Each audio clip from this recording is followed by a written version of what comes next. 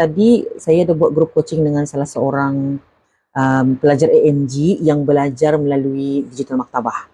Okay, so apa yang terjadi, okay, tuan-tuan perempuan, apa yang terjadi bila saya semak bacaan beliau, okay, bila saya semak bacaan beliau, subhanallah, ia baru tahu ikhfa tu katanya perlu lihat huruf selepas satu.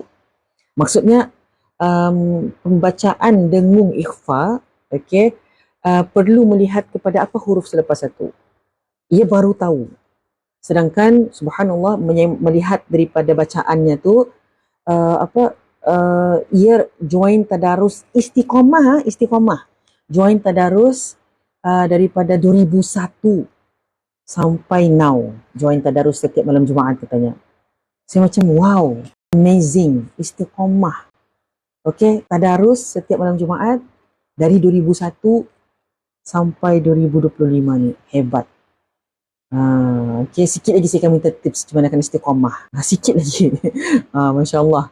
Okay, tapi cuma masa tu mencemburui, jadi limited sedikit lah conversation atau masa tu. Tapi Masya Allah.